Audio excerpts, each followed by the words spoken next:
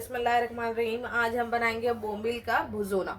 तो ये कोकनी रेसिपी है, बहुत ही सिंपल सी रेसिपी है। तो यहाँ पर देखिए मैंने एक लहसन जो होता है ना, लहसन की पूरी एक गड्डी वो मैंने ली हुई है। और यहाँ पर मैंने लिया है हाफ टेबल स्पून लाल मिर्च का पाउडर और 1 टीस्पून हल्दी पाउडर ली हुई है। Salt as per your taste जाएगा। थोड़ा सा मैंने यहाँ पर कोकम लिया हुआ है। और यहाँ पर हरी मिर्ची आप अपने टेस्ट के हिसाब से ले सकते हो।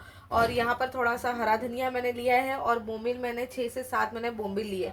अब इसका बनाने का तरीका बताएंगे, बहुत ही आसान और इजी है। तो सबसे पहले क्या करना है हमको, ये लहसुन और ये मिर्ची, इसको हमने अच्छे से कूट लेना है।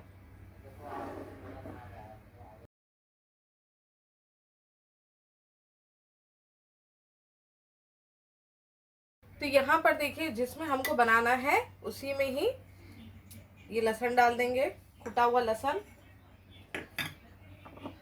कुटी हुई मिर्ची, नमक, हल्दी पाउडर, मिर्ची पाउडर, कोकम, हरा धनिया और ये बोम्बिल। और इसको हम अच्छे से पहले मिक्स कर लेंगे। इसमें थोड़ा सा तेल डालेंगे। तेल इसके अंदर डालेंगे, 2 से 3 टेबलस्पून तेल डाल देंगे। अच्छे से इसको मिक्स करेंगे। इसमें थोड़ा सा बस ये हाथ जो गंदे हुए हैं बस उसको इतना से ही पानी इसमें डालेंगे। मतलब मैंने पाव कप के जितना इसमें पानी डाला हुआ है। अच्छे से मिक्स करेंगे इसको।